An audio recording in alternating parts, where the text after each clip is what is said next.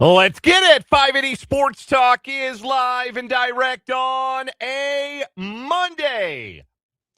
Good afternoon. Welcome back from the weekend. We're grinding our way through another Monday, and your reward for doing so, 2.5 hours of sports talk here on the Sports Voice of Kansas. 580 WIBW, FM 104.9, online at 580WIBW.com.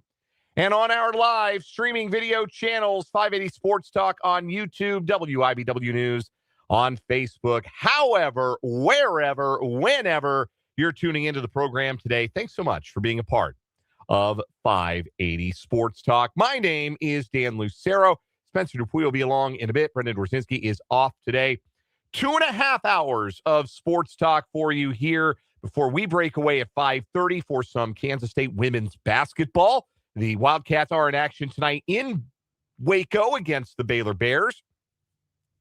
Kansas State and the K-State Sports Network and us here on 580 Sports Talk have been operating under the assumption that it is a 7 o'clock tip-off. That's not true. It got moved. The game got added to ESPN2, so it's going to be on ESPN2 tonight if you'd like to watch it. But that means tip-off got moved up to 6, which means pregame coverage got moved up to 5:30, and that's when we'll hand off the reins of the airwaves to the K-State Sports Network from Learsfield. K-State at Baylor, women's basketball action in the Big 12 tonight, 5:30 pregame, 6 o'clock tip-off. So we got our usual Monday show, but a half hour less than we usually have to cram it all in, and we will do so here today on 580 Sports Talk. Going to talk some men's college basketball. Big one at the Phog tonight. Couple of teams coming off of losses, home losses on Saturday. Houston losing to Arizona. That's a little bit more forgivable than KU face planting against a not very good Cincinnati team. But that's what happened on Saturday in Lawrence. Kansas didn't come to play, and they admitted it to a man after the game. They did not meet the moment in a way that you have to every single day and night when you play a Big 12 game. There are no breathers in conference play. Well, maybe K-State and Utah. But other than those teams, no breathers in conference play. KU thought Cincinnati was going to be a breather. That was not the case. They ended up getting run off the floor in the final 6 minutes of action.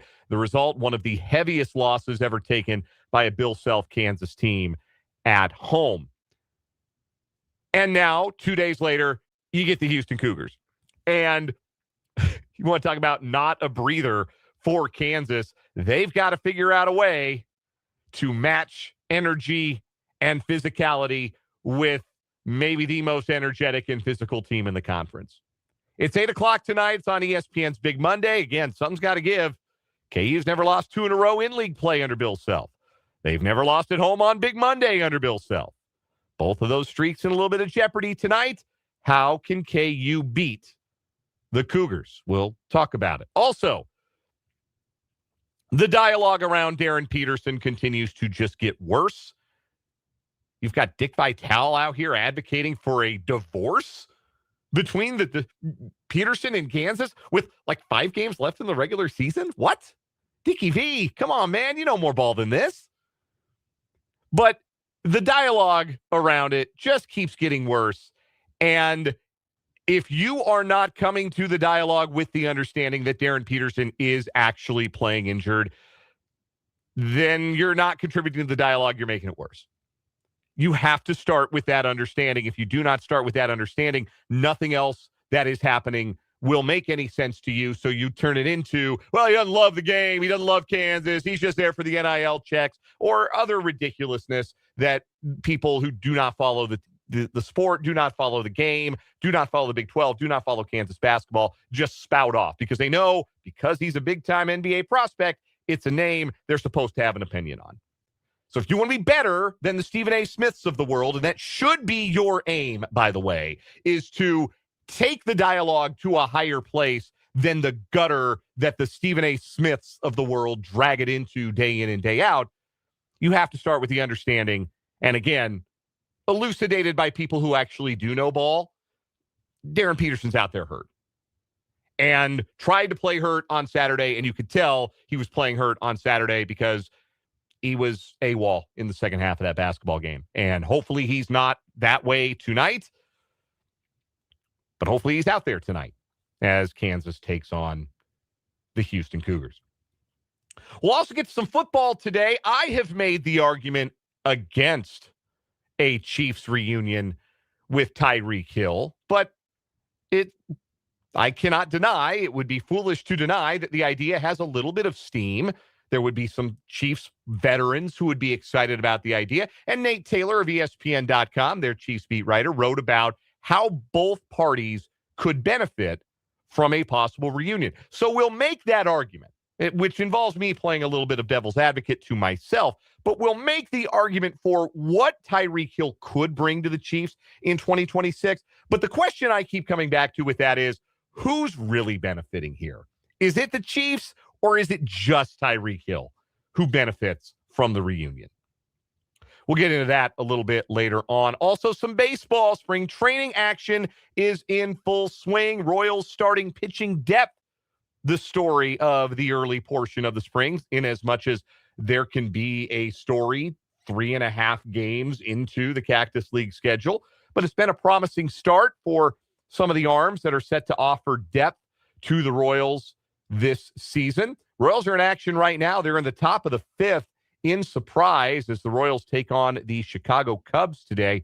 Been a quiet day for the Royals offense. They trail 1-0, just 4 hits for the Royals, 2 of them belonging to Michael Garcia. 2 scoreless innings for Seth Lugo to start today's game. Luinder Avila has given up the game's only run, a home run to Jefferson Rojas of the Cubs, a name I definitely knew before I just clicked on the link in the box score.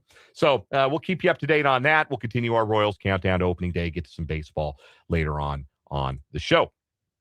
We have a guest for you today. It is our NFL insider, Matt Verderame of Sports Illustrated and SI.com. Great time to talk to Matt because it's Combine Week. Don't know if Matt is in Indy yet or if he'll leave.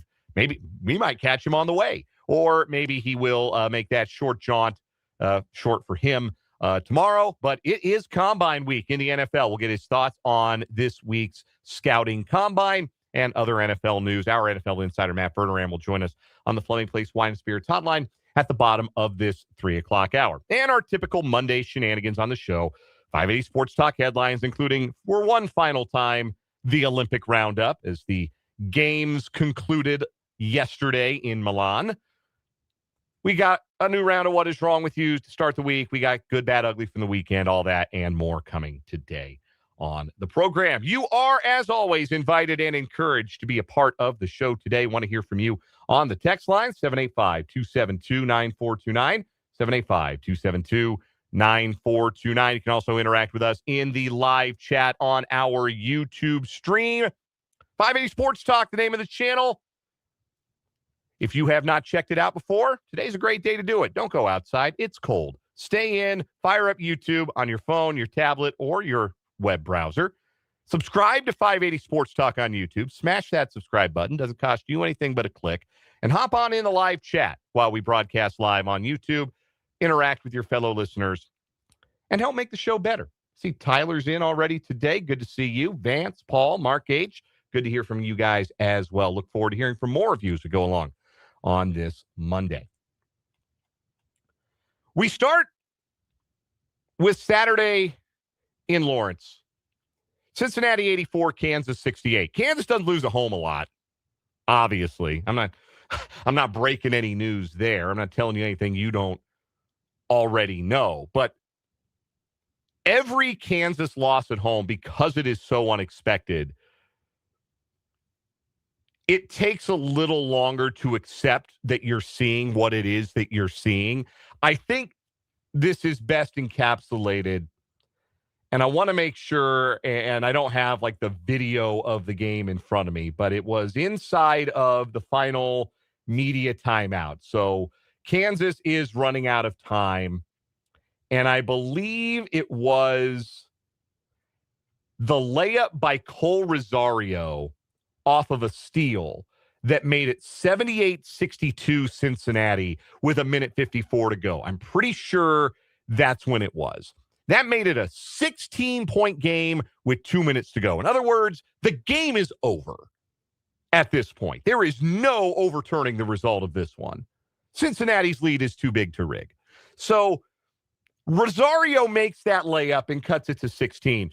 And Bill Raftery on the call with Ian Eagle, and I thought the two were outstanding, even if they didn't quite have it right at the end when they said that it was Bill Self's most one-sided loss as the Kansas coach at Allen Fieldhouse. That wasn't quite true. It was his most one-sided loss to an unranked team at Allen Fieldhouse, which is embarrassing enough without having to stretch the truth of it a little bit. But Rosario makes that layup to cut it to 78-62, and Bill Raftery says something to the extent of, now, can they get a few more of those? Like as if the game is still in the balance. Like as if, like most of us, he can't quite comprehend that he's about to see Kansas lose a home game. But that's what we saw. Cincinnati grabbed that game by the throat with about 6-7 minutes to go and just didn't relinquish it because they shot it like crazy. And they got contributions from guys that were beyond their usual. This was an upset. Like, this does not fall into the expected range of outcomes necessarily. Always possible, but it was an upset. And when you have an upset, when an unranked team beats a ranked team at home, usually it's because a couple of guys played above and beyond what you usually expect to see from them. And for Cincinnati, that was Mustafa Cham, who looked like the best center in America yesterday and made multiple threes in a game for the first time in his whole career. God, if you were Bill Self, you were begging and pleading before the game. Boy, I hope Mustafa Cham shoots 5 threes. That'd be great. If he just sticks on the perimeter all night, that'd be super. And they made 2 of them on his way to a 28-point night. Baba Miller, not a good shooter, a perfect 2 for 2 from behind the three-point arc. I think those two had combined to go something like 12 of 50 from 3 on the season. And they go 4 of 7 in the game.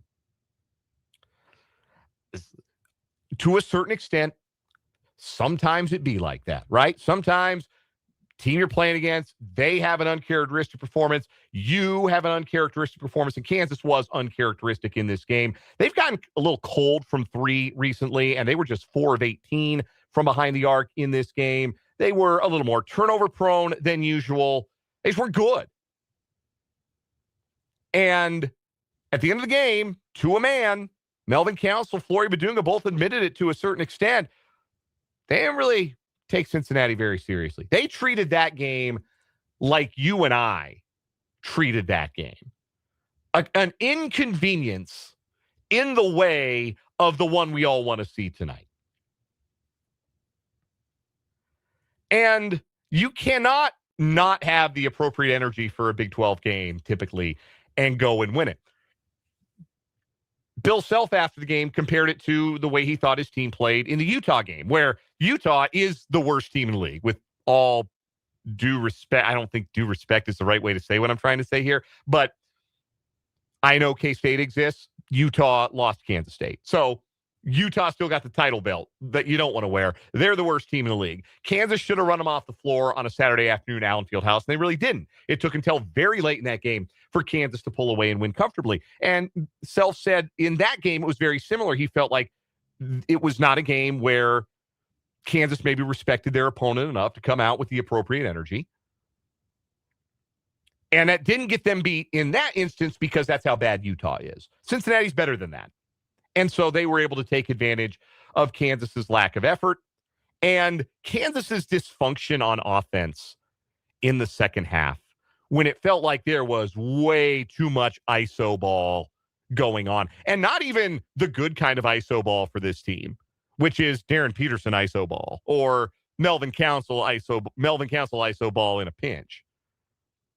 Lionel Marco Jackson drives to nowhere. A lot of Trey White into traffic. I don't need that. Kansas doesn't need that. And the result was it looked very, very hard for Kansas to score the ball down the stretch. Meanwhile, everything Cincinnati threw up was going in. And that's how you lose by 16 at home to a team you should not lose by any amount to at Allen Fieldhouse. But again, they treated that game like we treated that game. which it's okay for us to say that stuff because all we have to do is go on Monday. We take the L. All right. Looks like we were wrong. Hey, when you're right 52% of the time, you're wrong 48% of the time. Part of the business, right? We're wrong a lot. Doesn't affect my ability to win a Big 12 championship ring, though. We can overlook it. They can't. They did, and they got burned. But now the game that they were looking ahead towards is here. And Houston comes to town off of their own loss on Saturday. I don't know how many of you got to watch that game. I watched a decent chunk of it. They were scoreless for about an 8-minute stretch at home in the second half of that game after they'd walked Arizona down. Arizona controlled the early portion of the game. Houston walked them down second half, took the lead, I think 44-42, and then they didn't score for a dog's age. And then Arizona took the lead right back, and they closed it out. So how does Kansas beat Houston tonight?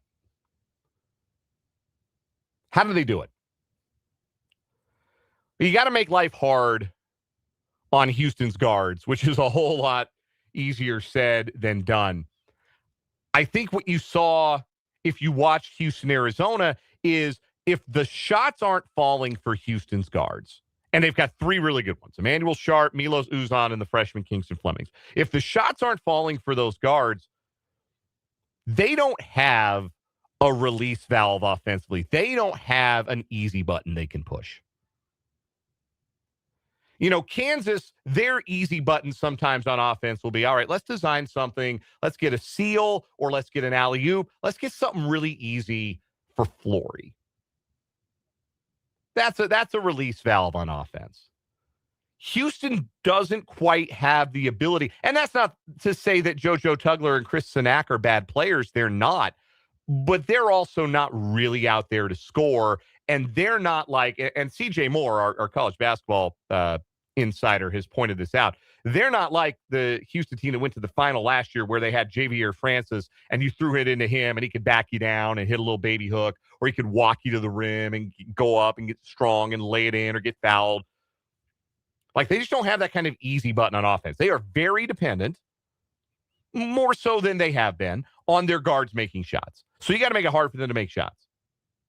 Arizona could do that because they're big. They're big on the wing. They're big at guard. Even without Koa Pete, they're a big team. And Kansas isn't as big, and they're not as physical on defense. So it's going to be a challenge. But they at least have to put themselves in position to contest shots from Uzan and Sharp and Flemings and make it really hard for those guys to score. Because if those guys are filling it up, it could end up being a really long night. Defensively, that's the ball game. You have to make it hard for the guards. They're going to get theirs. Flemings in particular, really good, tough shot maker. But you've got to make it as hard as possible for those guys to find an offensive rhythm. And you can't have one of them going for 25, 30. The other side of it for Kansas, the ball has to move. The ball can't get stuck. Too often down the stretch against Cincinnati, the ball got stuck, and you end up making very predictable drives into a help defender who was either 6'11 or 7'2. Houston doesn't have that kind of size, but their help defense is pretty good, and they're going to help right away. They're going to spring those traps. It's a lot like Iowa State, right? They're going to spring those traps out on the perimeter, along the sideline, on the wing, make you throw a bad pass, create turnovers, and that's how they get easy baskets on the other end. On the bright side, that keeps you from getting the ball stuck. You got no choice but to move it if you face a defense like that, right? You don't have any choice but to keep the ball popping. But for somebody to always be an available outlet when the trap comes. And Kansas has played against this enough over the years, they'll have a plan for it tonight. But the other thing that Kansas has to do, this is going to be a physical game tonight. Because it's a Houston game. And every Houston basketball game is physical. No exceptions. Kansas doesn't match the energy, match the physicality like they did on Saturday. They'll get run off the floor again. It'll be worse. It'll be worse. And then all those fun streaks, Bill Self never having lost back-to-back league games at home, Bill Self never having lost a big Monday game, all those fun little statistical streaks, those all go by the wayside if Kansas doesn't meet the moment tonight. But if they're willing to meet the moment on offense and attack, and not in the sense that, oh, we're just playing ISO ball all night, but be attacking on offense. Don't just be passive. You have to be an attacking offense. Attack them, get to the free throw line, where Kansas has been very poor at doing this in the last handful of games. If you're a VIP member over at Phog.net, Michael Swain has the stats on this. Kansas has all of a sudden, as a team, stopped getting to the free throw line. They need to start getting the free throw line tonight. This would be a great time for that whistle that every KU hater insists KU gets at Allen Fieldhouse. Be a good night for a whistle tonight. But you've got to be the aggressor on offense. Kansas has to be more aggressive. They were not aggressive. They were passive. They settled against Cincinnati. Can't do that tonight. If you are a passive basketball team against Houston, you are going to get run off the court. And, of course, then the third key, as always for Kansas, what do you get from Darryn Peterson? Because on Saturday, they got 32 minutes from Darryn Peterson, but those second half minutes weren't very good. And I think we have reached the point, and if you were really watching, if you're really watching him move and paying attention, you know that there is something up with Peterson. That's a real injury concern. This has nothing to do with load management, or he doesn't care, or he just wants his checks, or any of that BS. What can Peterson summon on the short turnaround tonight? Because we know he's capable of some special stuff. And we know that when he has been on the floor for the big occasions, which doesn't include, unfortunately, the games he missed with a hamstring injury early, and it doesn't include, unfortunately, the Arizona game, but you think back to the BYU game. That might be the game so far this year that was the big occasion game on the home floor for Darryn Peterson. And unfortunately, he didn't finish that game, but in the first half, he was the best player on the floor. Can he summon that? Can he be that guy? Kansas needs him to be that guy tonight. We'll get your thoughts. Text line open, 785-272-9429. Comments, of course, on our YouTube live chat as well, 580 Sports Talk. We'll come back, talk about the worsening of the Darryn Peterson dialogue and how you can be part of the solution and not part of the problem. Yes, you can be a part of the solution and not part of the problem when it comes to the Darryn Peterson dialogue. We'll then pivot to some football. We're going to talk to Matt Verderame, our NFL insider, here in about 10 minutes or so. We got some Chiefs talk. We got some Royals spring training chatter to get to. We got a jam-packed show today, and we got to do it all in 2.5 hours because we're off at 5:30. So we're glad you're here on 580 Sports Talk.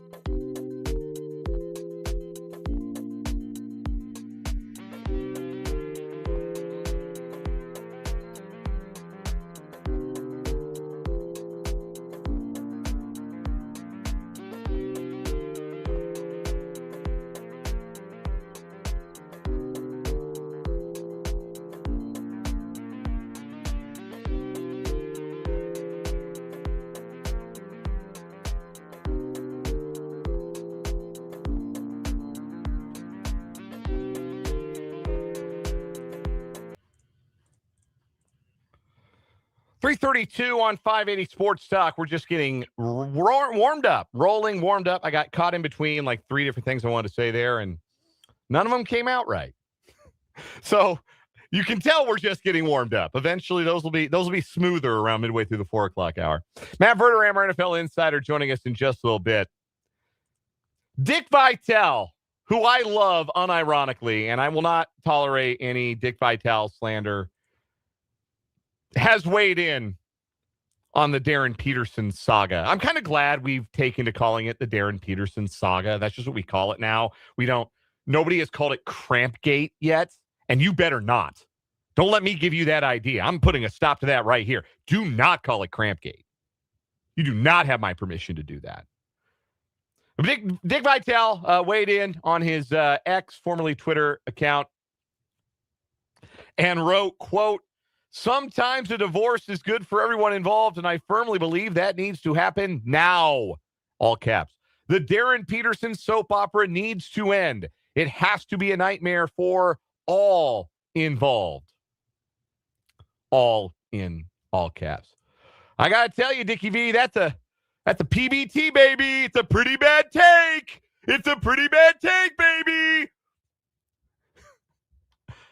Don't understand in the least where that's the solution. Again, if this were rending the team to pieces, if this were a problem for this Kansas team, how'd they get to 20-7? How'd they get to top 15 in the country? How'd they get to the Big 12 title race, chance of the top 4 seed? Like, they're handling this as well as they could possibly have expected to handle it. By the way, if you want to hear from somebody at ESPN, Myron Metcalf has written a piece that is up today at ESPN.com where he has quotes from himself and he has quotes from Darryn Peterson.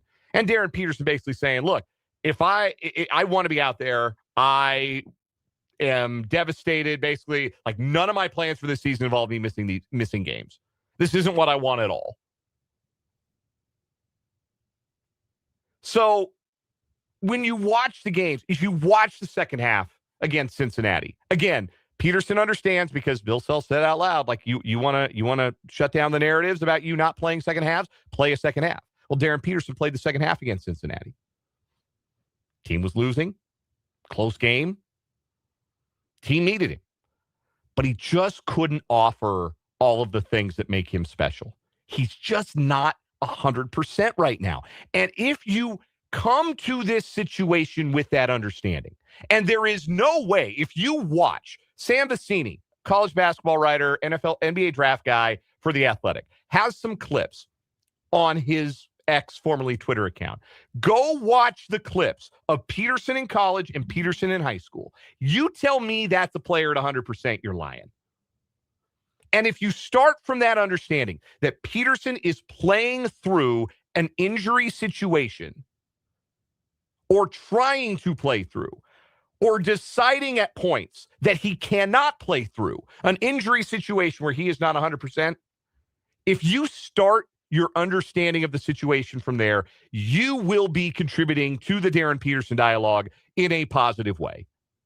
Because there is just not much more that can be said from the perspective of people who are wrong, who think this is all about load managing, or he's faking, or he doesn't care. He doesn't even want to be there. He's only there for the NIL check. He's going to be a lottery pick. You think he gives a damn about an NIL check? He'll make those 10 times over on his first NBA deal. He's playing through some pain. He tried to play through the pain on Saturday, wasn't very good. We'll see what it looks like tonight. He's had some brilliant first halves. He wasn't bad in the first half against Cincinnati. He just didn't have as much to offer in the second half. What will he have to offer tonight? That's always going to be the story, apparently. And it sucks, but it's not because a kid doesn't care or a kid's faking it or a kid's load managing. And I just don't know what Bill Self or Darryn Peterson, now that he's been quoted in that Myron Metcalf article, I just don't know what anybody can do to convince you otherwise if you're not already convinced. Matt Verderame, our NFL insider, joins us next on 580 Sports Talk.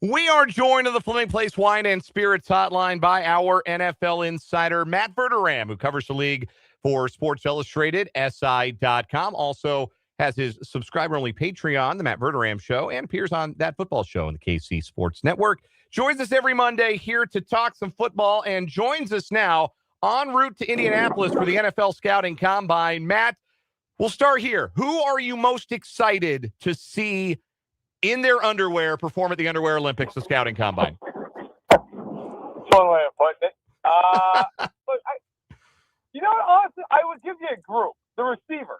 I think the receivers are really interesting because on one hand, look, Mekhi Lemon, Tate's great, but he's a little diminutive compared to maybe what you'd expect as a top 10 pick. Carnell Tate seems to check every box. Will he continue to do that here in Indy? Jordan Tyson. He is a top 10 talent, but the medical has been concerning throughout the years. He had a torn ACL, he's got other lower body stuff. What does the medical look like on him? How does he perform? And then there are other guys like Denzel Boston, who I think a lot of people feel like will be a first-round pick, Casey Concepcion, the Surratt and Cooper Bowl of Indiana, the local products here. There's a lot of guys. I'm just curious to see if someone separates themselves or joins maybe the group that is kind of believed to be above them at the moment. Do you think that the Chiefs should use one of their first two picks, one of their top 40 picks this year, on a wide receiver? If Carnell Tate's there at 9, I'd run the pickup, and I wouldn't even think twice about it. I'd take that guy within 10 seconds of being on the clock. Because if you're the Chiefs, I think you need to sign a running back in free agency. That's just my personal belief. I think if you go to the draft needing a running back, you are taking an enormous chance. Because if Jeremiah Love's not there, there's no backup plan. Like there are some people who will tell you in the league that there's no running back, not only worth the first round pick outside of Love, but there's nobody worth the second round pick. Like you are looking at a goal that is massive. And the other position you look at, I think, at the end, which is certainly viable. I just happen to believe, talking to people, like I don't think Bailey's going to be there. Bain, I think it's possible. I also think he's gone. And so if I'm the Chiefs, listen, you need to beef up those positions. If Bain or Bailey is there at 9, I think that's a real conversation. But when you look at the Chiefs receivers, who's there after this season? Who's on the team? Worthy, Royals, and who else? So I think that's a much bigger need than people are giving it credit for. While we're on the topic of wide receivers, Rashee Rice has been sued in civil court since you and I spoke last here on the program. What do you believe is the level of concern for the Chiefs about Rice's availability in 2026? And do you think that this is the kind of thing that they fear hanging over them in 2026, the way that a possible suspension and an eventual suspension for the hit and run incident hung over them for the balance of the 2025 offseason? Yeah, look, I think it's there. If this thing stays in civil court, if this lawsuit stays active in civil court, I think he probably continues to play while the process plays out. And then once it is figured out one way or the other, whether there's some kind of an agreement, a settlement, or there's a verdict, then at that point I would expect that there would be some kind of league action should the league see fit to have some. That being said, listen, you don't know how these things are going to go. And, Rashee Rice and Dakota Jones, the woman who brought this suit against him, his ex-girlfriend, what if they settle in June? Then what? Like, if you're the Chiefs, I feel like you almost have to proceed as if he's not on the team. And I think he will be. But I think you have to proceed in a way that he's not, which is a very tricky thing. I also would say, not that this is really what you asked, but I think it's part of this whole deal. There's no way they can give him an extension. There's just no possible. Like I cannot imagine the Chiefs, even if he plays great this year, sitting down and going, "Yeah, let's give him $100 million and let's see how that plays out." Like, which is why I said earlier, if Tate there, maybe even if Lemon. I just think if you're the Chiefs, you have to just build an offense around Mahomes, and I don't think Rasheed Rice pass this year is part of that. Matt Verderame is our guest, our NFL insider, joining us here on 580 Sports Talk, as he does every Monday at this time on the show. Again, covers the league for Sports Illustrated and SI.com. Back to your point about running backs. The Chiefs need to have multiple options at the position going into next year. Unlikely that Isaiah Pacheco is back. Maybe Kareem Hunt could be back, but he's no better than running back 3 and a short yardage guy for you. So are the Chiefs, do you think, in a position to pay top of the market money for a Breece Hall, Travis Etienne, Kenneth Walker? And what does that look like? How much against the cap would that be costing them? So the answer is yeah, I think they are. I think they're absolutely going to be in that market. They have to be. They have to be. They spent all last offseason knowing that this running back room was a borderline potential train wreck, and then it became an absolute unmitigated disaster. They cannot do this again. So, yeah, look, Hall, Walker, Etienne, maybe Hall gets tagged, maybe not. Seems like the other two aren't going to get tagged. If you're the Chiefs, you just saw Javonte Williams sign 3 and 24. Now, I don't think Williams was ever going to get as much as those 3 guys we talked about, but he had a really good year last year. 1,200 yards on the ground, 11 touchdowns. He's a young guy, 25 years old, and that's what he got. Top of the market money, I just wrote about this at a piece out in the magazine at SI. Look, I think top of the market for these guys, probably somewhere between 11 and 13 a year. 3-year deals, maybe somebody gets a 4-year, but that 4th year is basically a team option with no guaranteed money.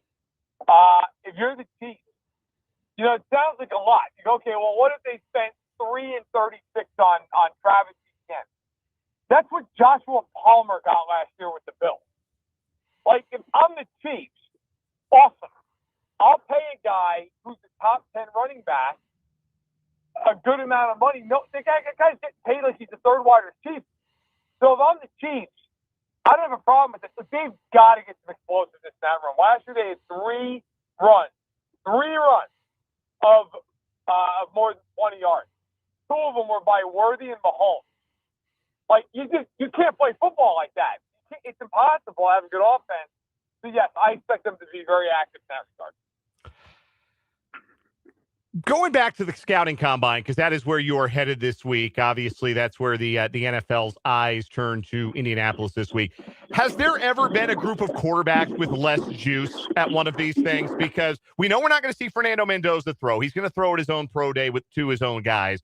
Ty Simpson is going to throw at this thing, but is this the most juiceless collection of draft-eligible quarterbacks that have been to one of these? Oh, in a while. I mean, I remember the year that Kenny Pickett was the big guy. It was, he and Malik Willis, and that was pretty. You weren't exactly overwhelmed by that quarterback class. But yeah, look, and that's why I think this draft in general gets kind of a bad rap. It's not a good class. I disagree with that. I actually think it's a pretty good class. I think it doesn't have quarterbacks. So people look at it and go, oh, okay.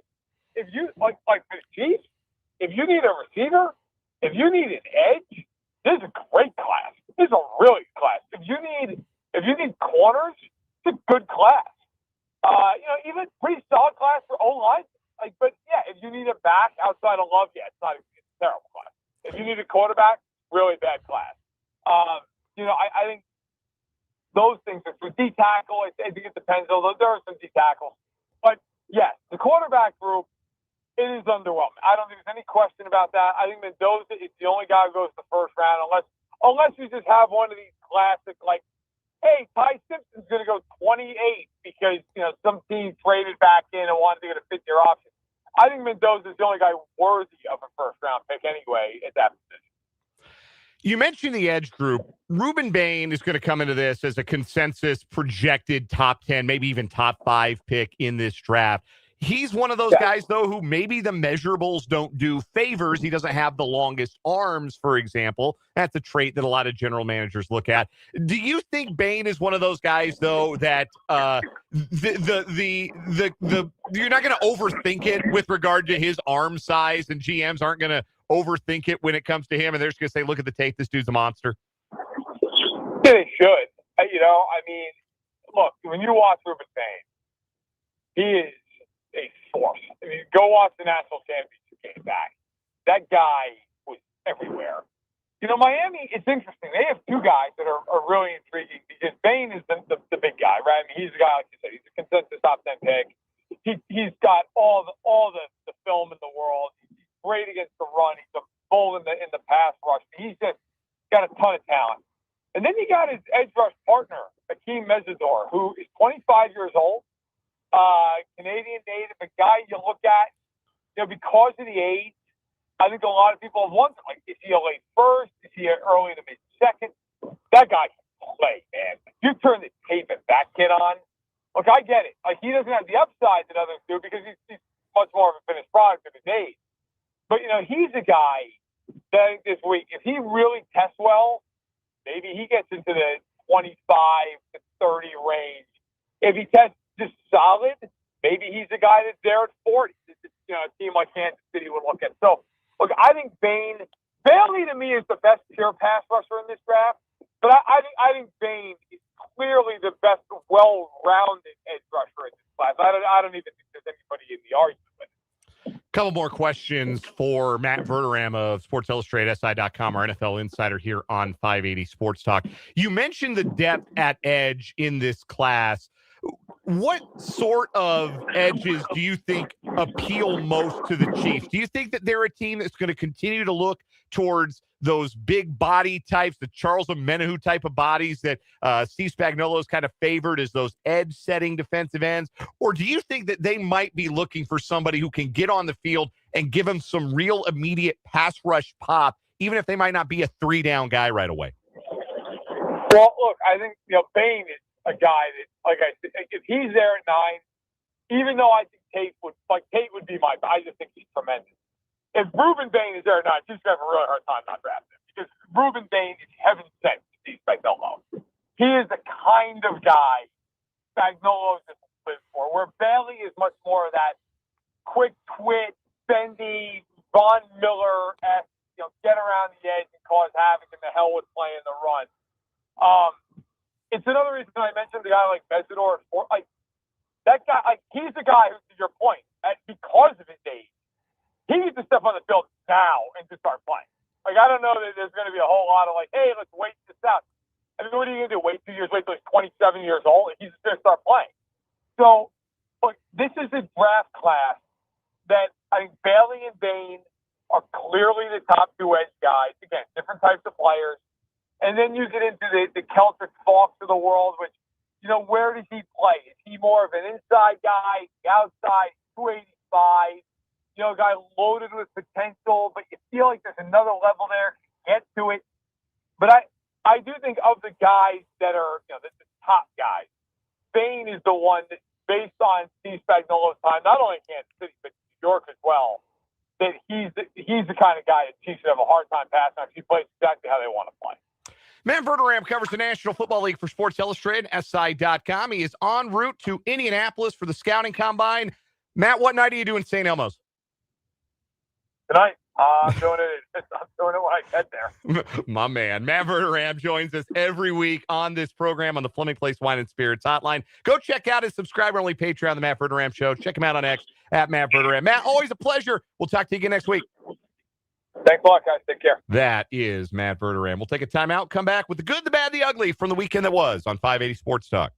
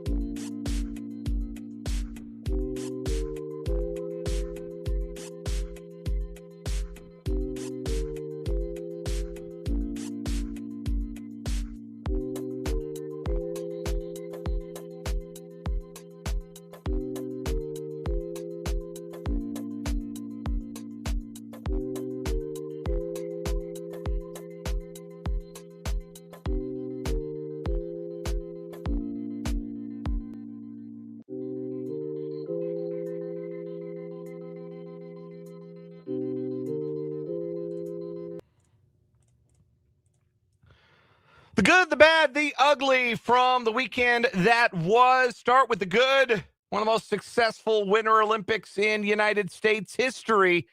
12 gold medals. That's the most we've ever won at a Winter Games. Shout out to all of our gold medalists, except the ones whose dad is Keith Kachuk. I still don't like those guys.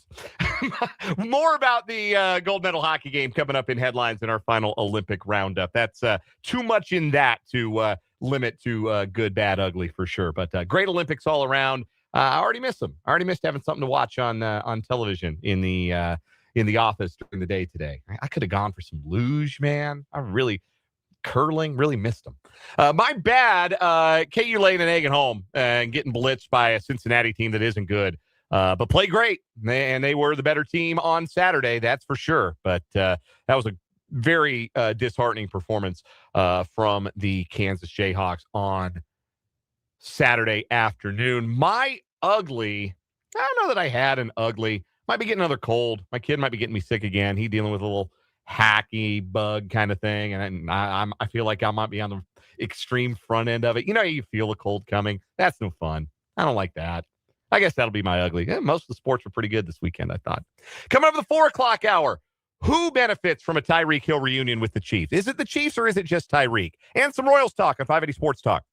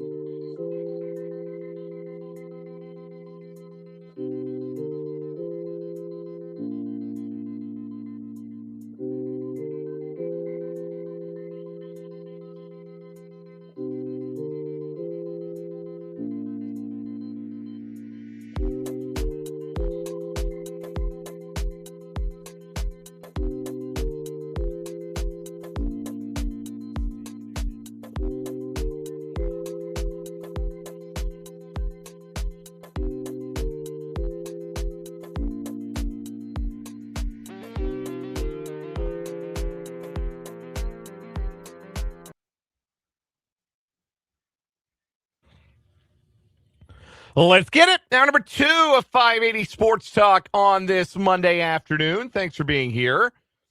Dan Lucero with you on the Sports Voice of Kansas, 580 WIBW FM 104.9, online at 580WIBW.com, and, of course, in living color on our video channels, 580 Sports Talk on YouTube, WIBW News on Facebook. With you until 5:30 tonight, off a half hour early for K-State women's basketball. The Midi Cats are in Waco tonight to take on the Baylor Bears. A 6 o'clock tip. It's a nationally televised game. It's on ESPN2, The Deuce. Nobody calls it The Deuce anymore. That was the whole reason that the Ocho was so funny. That's why that was the joke in Dodgeball, because everybody called ESPN2 The Deuce. And so then ESPN8 was The Ocho. Anyway, nobody calls it The Deuce anymore. I mean, we're losing recipes. It's ESPN2 tonight, K-State and Baylor, 5:30 pregame on the K-State Sports Network from Learfield right here on 580 WIBW at FM 104.9. Obviously, lots of basketball this week on our station here, our family of stations. Washburn wrapping up the regular season at home with a pair of games this week. Final high school basketball regular season games of the year. We got a doubleheader tomorrow night. Our 580 Preps Tuesday night hoops doubleheader. Washburn Rural playing host to Topeka High. Centennial League action. Myself and Larry Latimer will be on the call tomorrow night.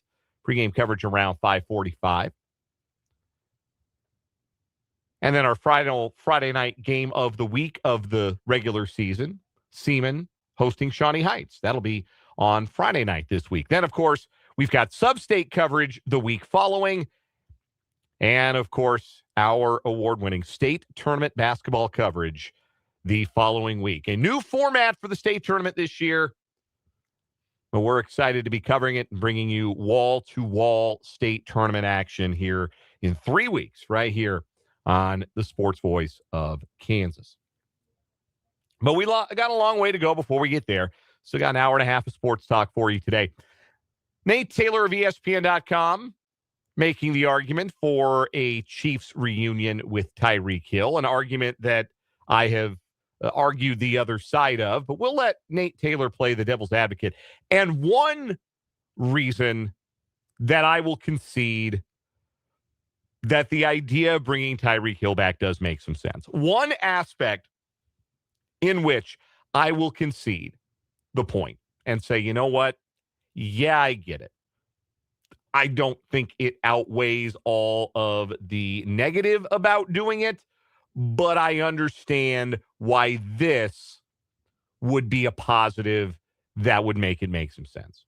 So we'll get into that. We'll talk some baseball, too. We're 33 days away from opening day. Royals haven't had a number 33 in a while, a long while. You'd be surprised. They are, speaking of surprise, playing in surprise right now, the Royals and the Cubs.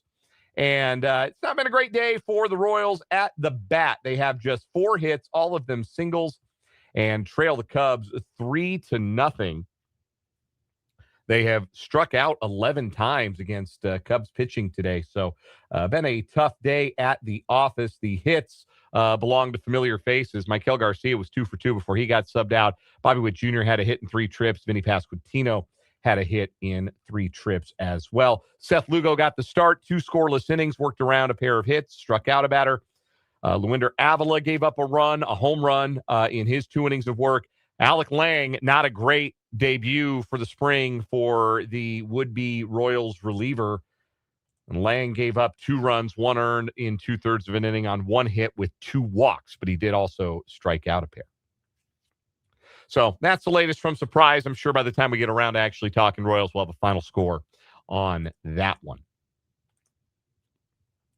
Plus, we still got headlines to get to. Lots of headlines to get to. We get the final Olympic roundup. We got the winner's circle. We got college baseball results. That's where we're going to put the college baseball. We're going to do that in the sports headlines for the most part. So we had a texter shout out the Batcats earlier. Text from 785. They will be shouted out. Their 6-1 start is not going to notice by this radio program. And nice weekend out there in Arlington. 6-1 with their only loss coming to a top 10 team in the country. That is not too shabby for P. Hughes' bunch. And not to be outdone, KU baseball with a sweep on the road this weekend as well. So we'll get into that a little bit later on in our headlines. We want to hear from you, of course, as well. The text line 785-272-9429. That is 785-272-9429. 9429. You can also interact in the live chat on our YouTube stream. Name of the channel, 580 Sports Talk. 580 Sports Talk is the name of the YouTube channel. Go subscribe. All it costs you is a click, and we like to see the number go up. Go hang out with us in the YouTube chat on this Monday afternoon. Nate Taylor, ESPN.com, posted an article this morning. Why a reunion makes sense for Chiefs and Tyreek Hill. I will read from a portion of the story here. The Chiefs, as they've done in the past, could offer Hill a one-year contract with incentives to add a boost to their offense.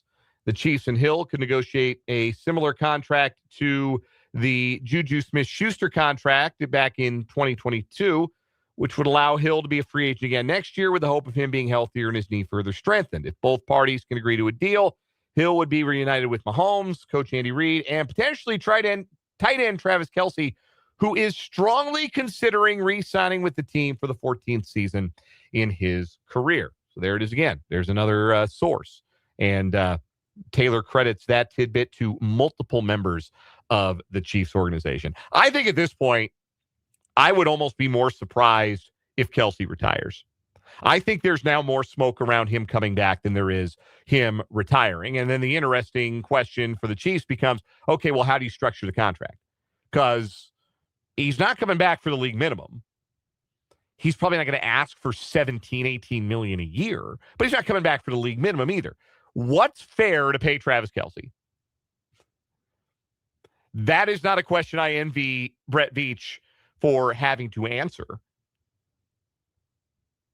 But that's a question they got to answer. And then they got to figure out how to do the salary cap gymnastics. There'll be, I'm sure, some void years tacked on to make the cap math work. But I really have. I think I've gotten to the point. I've tipped over to the other side of the fence on this. I think I would be more surprised if Kelce did not play in 2026 than I would be if he did. Now, I want to be clear. I think we're still within the realm of all possible outcomes. So it's not like I'd, faint dead away if he retired. But I think right now the needle, I think, is pointing towards Kelce returning. So anyway, the argument for the Tyreek Hill reunion. And I made the argument against, right? He's 32 years old. He's coming off a catastrophic knee injury. Not just the torn ACL, but also a knee dislocation in the same leg. He'll be a year removed from that injury in September. And again, we're dealing strictly with the football part of this for now. If Tyreek Hill's not fast, and I'm not saying he's going to go out there and run like a 4.9 40 after he gets all the way back, but if he's not like fast, capital F, fast, if he's not 4.2, 4.3 burner, super speed, top of the chart speed, just how good a receiver is he? Because the speed is what made him special. Without the speed, he's an undersized outside receiver. And like, it doesn't mean his hands don't work, doesn't mean he doesn't know routes. Possibility he could still be productive. I'm just not sure how productive. How does that player look if the carrying tool that has been the reason for his greatness over the years is diminished? And look, maybe it comes all the way back, but would you expect it to come all the way back in 2026? Would you expect it to come all the way back a year removed from an injury like that? I wouldn't. I would expect him to be at a minimum half a step off the pace as he comes back from that injury. So those are the concerns from the football standpoint. Like, what kind of player are you getting? What kind of player is late stage, post-catastrophic knee injury Tyreek Hill? And then that's to say nothing of the guy is a known knucklehead And he will almost certainly bring disrepute to the organization off the field with his actions because he's done that before. Like, that's just part of the Tyreek Hill experience. The Chiefs made the bet a long time ago that people wouldn't care so bad because he was a special player and could help contribute to winning. And they were right. He was, and he did. And people kind of stopped caring along the way. Not everybody, not all people, but enough people stopped caring along the way that the Chiefs didn't mind that this was a walking public relations nightmare, a time bomb about to go off. They accepted that because he was the cheetah. If he's not, is the juice worth the squeeze? I would argue it's not. But again, the Chiefs have a history of making different calculations about these sorts of things. But the argument for, and I'm like I said, I'm not pretending I don't understand the argument for. And in fact, there's one part of the argument for bringing Tyreek Hill back to Kansas City for this season that I think does carry more weight with me than any of the others. Because, yes, the Chiefs need wide receiver depth. They sorely need it. We went through this last week. The Chiefs have 6 wide receivers under NFL contract for 2026. Exactly 2 of them have done a thing at the NFL level. Anything. And that's Rashee Rice and Xavier Worthy.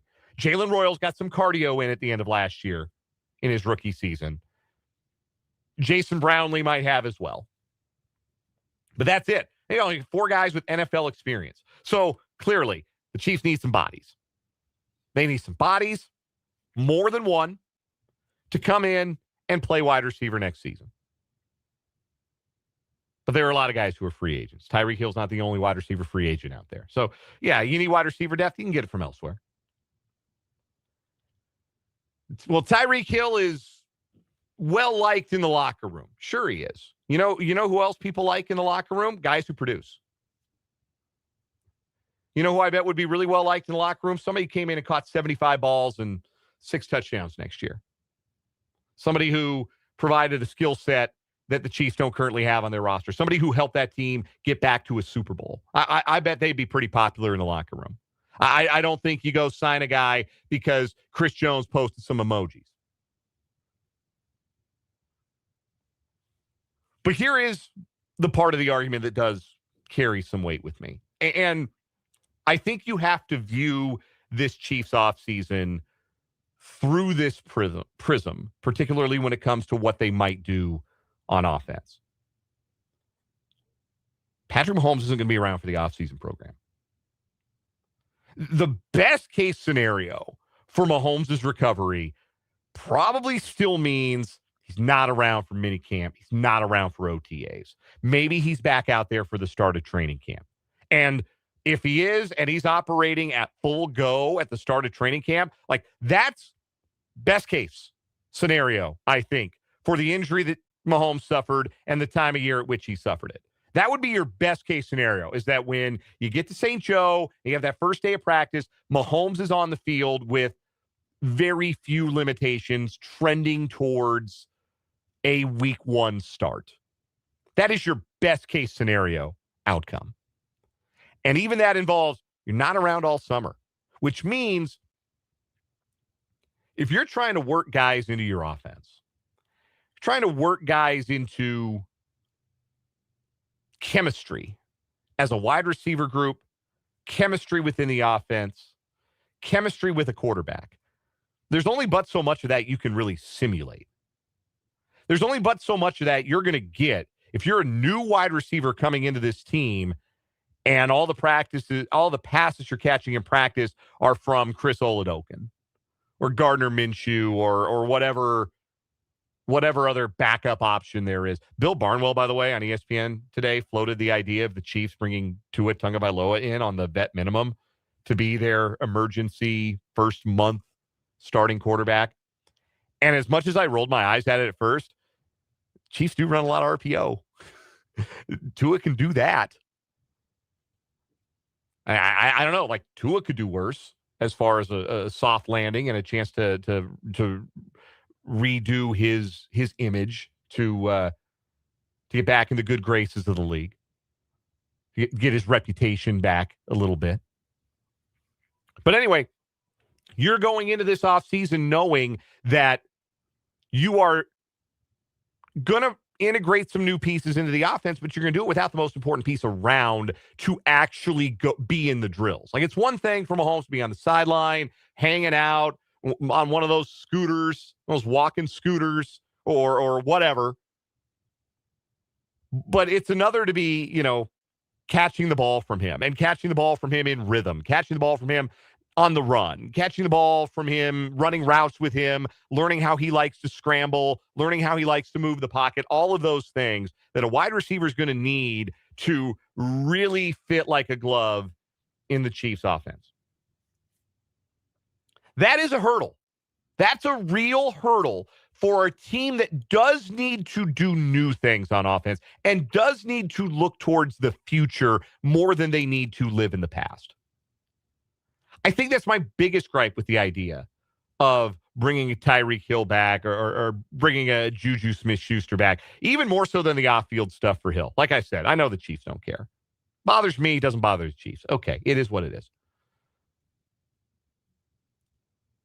But at some point, you got to start living in the now and not living in the past. You can't run it all the way back to 5 years ago and think you're going to get good results in the present. And if the Chiefs were to go into a normal offseason and say, oh, yeah, we're going to bring Tyreek Hill back, 1-year deal, incentives, if he only plays 8 games, whatever, we'll take those 8 games because we think he can help us. And, oh, yeah, Juju Smith-Schuster, he'll still be around. And Eric Bieniemy's back. And Travis Kelce's back for year 14. And all of that combined just feels like you're spinning your tires. This is an offense that needs to evolve. And it's a skill position group that needs to evolve rather than remaining stuck in the past. That doesn't mean you cut ties with everybody. That doesn't make it a bad idea to bring Travis Kelce back. It doesn't necessarily make all of those decisions bad ideas in a vacuum. But when you pull it all together, if you're bringing back the same guys that have been around for the last 6 years to diminishing returns, your returns are going to keep diminishing. That would be my concern in a normal offseason, which this isn't. Because in a normal offseason, Patrick Mahomes has 2 functioning ACLs. So I do think that the idea of bringing in wide receivers with a familiarity with the quarterback does make a certain amount of sense. You can't build the whole wide receiver room out of ex-Chiefs. This is not me saying, hey, they should go bring back Sky Moore, and they should call Demarcus Robinson agent, and they should see what Byron Pringle's up to. No. Don't misunderstand me. But I think that there is value to the idea of having guys who do have a comfort level with the quarterback that already exists, that they don't have to forge in April and May and June and July, because you might not get to work with your quarterback on the field in real workout type situations, not just games of catch, until August. So that is the part of the argument where I say, okay, I can see it. I can see the vision. But still, I think at the end, a reunion between Hill and the Chiefs is good for Tyreek Hill, because it is an offense and a quarterback and a locker room that he's familiar with. And it is a team that is desperate to add wide receiver help and might be willing to give him the incentives in his contract to make a 1-year deal worthwhile. But I just wonder who else out there is going to be willing to take that chance on an aging, malcontent, small wide receiver who may have lost the one tool that made him special, and who will probably spend whatever part of 2026 he does play regaining that tool to whatever extent he can, if he can.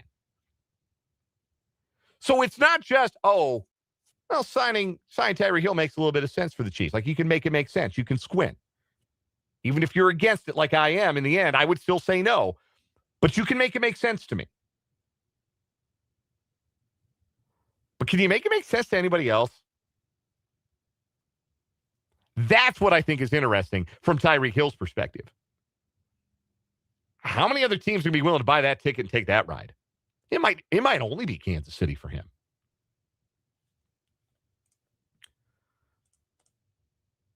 We'll take a timeout here on 580 Sports Talk. When we come back, we got a round of What Is Wrong With You. Then we're talking a little baseball. 33 days out. That's just over a month away from opening day for the Kansas City Royals. We'll get there next. This is 580 Sports Talk.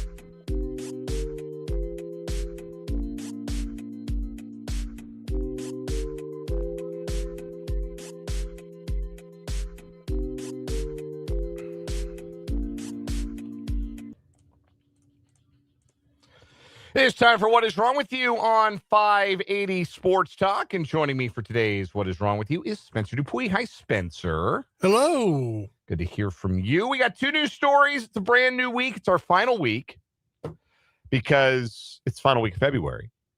So it's going to be a short week. We got 3 days to pick a winner for this week. And then Thursday, we got the semifinals. And Friday, we will crown a February champion for What Is Wrong With You. I'm going to let you go first today, Spencer. What you got for us? All right. This is, I would say, kind of like disturbing, but nobody died.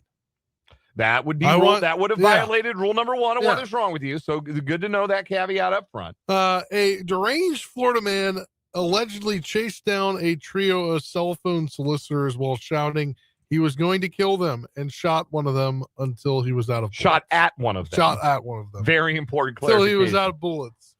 Reginald McGee, 38, came across a trio of AT&T solicitors trying to reach residents at the Providence townhouses in Brandon, Florida, after nightfall on February 18th. I didn't know that AT&T still solicited like that. That's pretty interesting now in 2026. Door-to-door cell phone salespeople? Yeah, I guess I've never run into one either. Yeah. He allegedly taunted the salespeople, 2 women and a man, while chasing them down the block, shouting, "Where are you? I'm going to kill you," WFLA reported. He allegedly yanked a gun out of his waistband and shot at the male staffer until the clip was empty, the outlet reported. Surveillance footage obtained by police captured the chilling audio overlapping with 2 women's horrified screams, and their pleas for him to stop. At least 10 gunshots were heard, according to the video. Officers with the Hillsborough County Sheriff's Office responded to the scene. They found the bloody victim propped up against the stoop of one townhouse. He was still conscious and able to provide limited description of the gunman, according to the body cam footage. 3 officers took off running in the general direction they believed the shooter ran. There, they found McGee near his house, sprawled flat on the ground with both his hands held up in surrender, according to video. He originally tried to plead self-defense, but later admitted to chasing down the spook salespeople and shooting at them.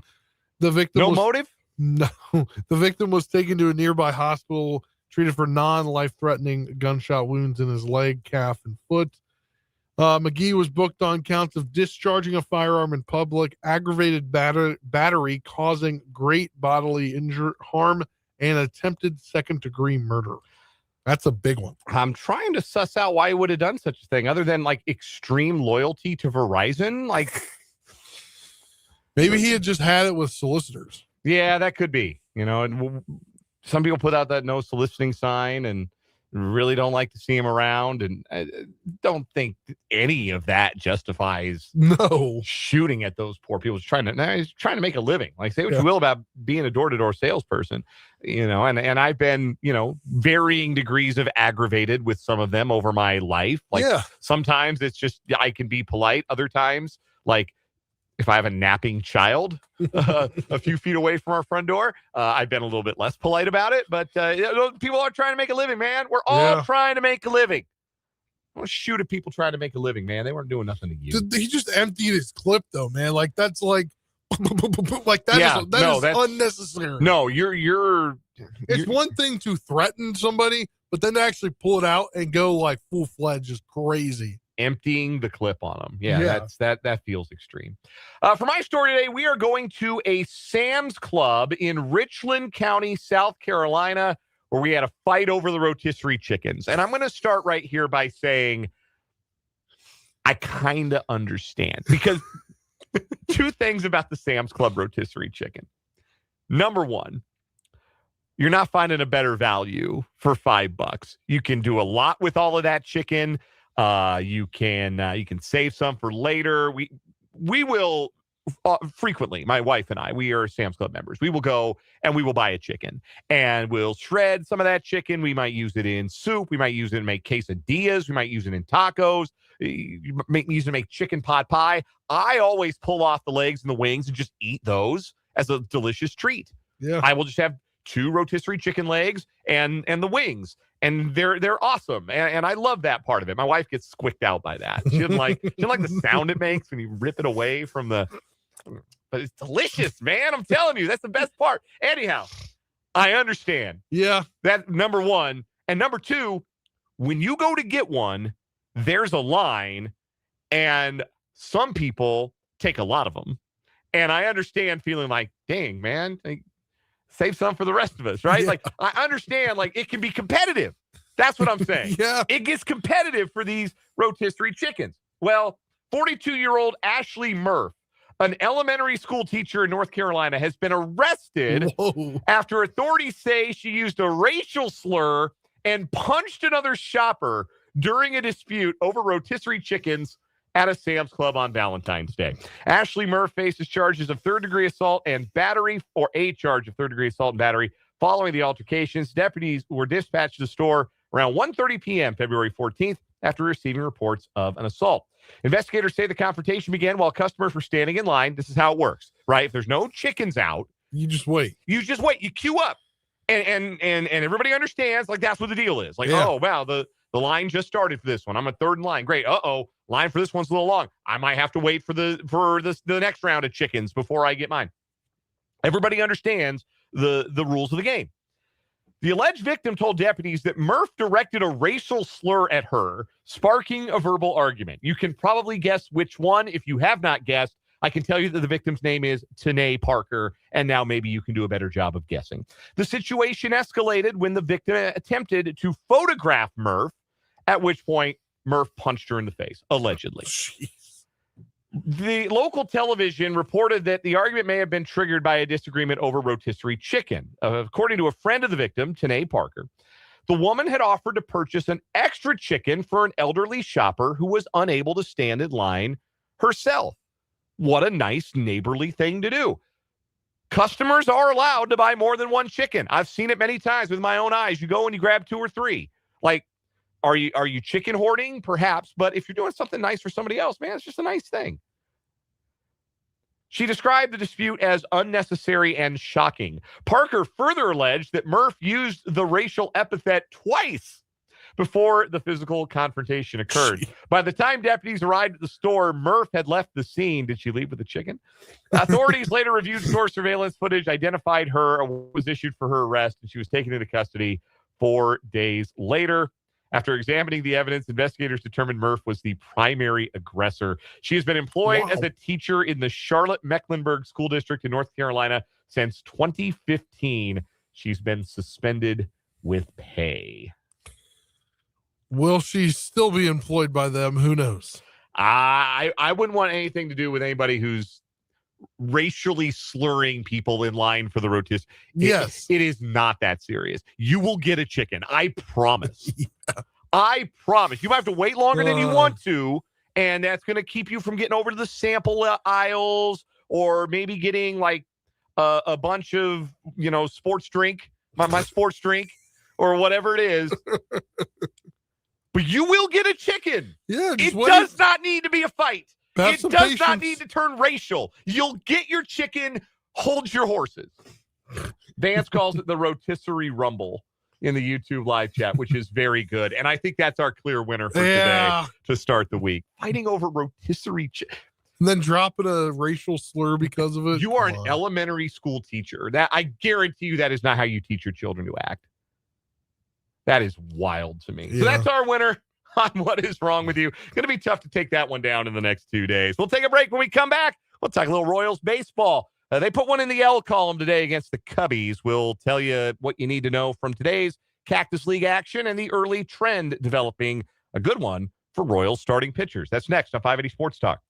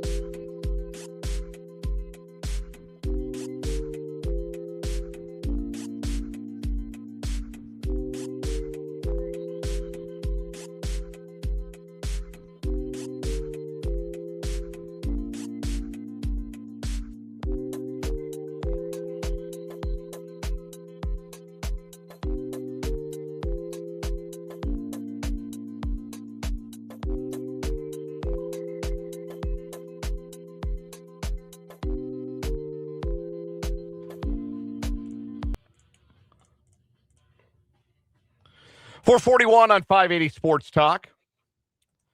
Again, we are off at 5:30 today, so we got less than an hour to go together. We got K-State women's basketball tonight from the K-State Sports Network from Learfield.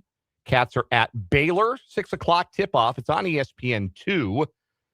But if you want to listen, it's right here on 580 WIBW and FM 104.9. Pregame starting again at 5:30.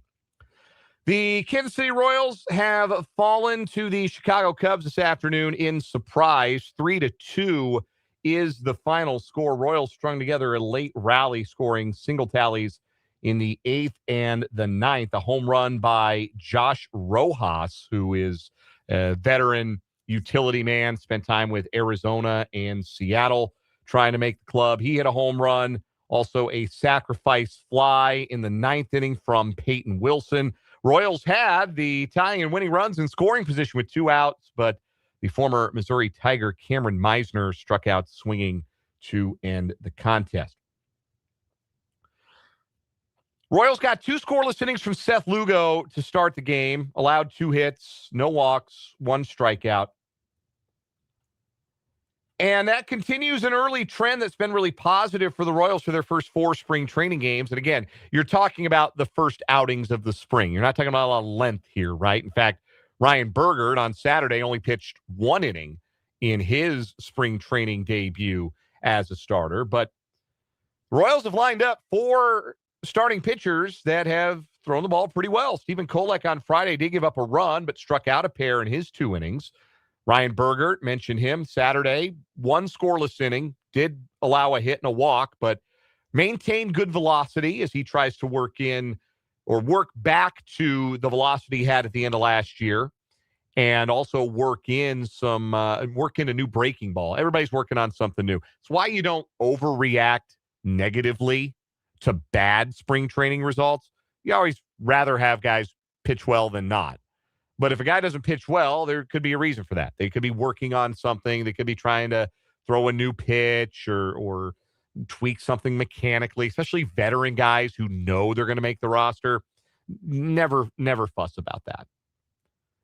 Ryan Bergert working on a breaking ball that's a little bit more what you would describe as 12-6, a little up and down break rather than his sweeper that tends to be a bit more side-to-side break.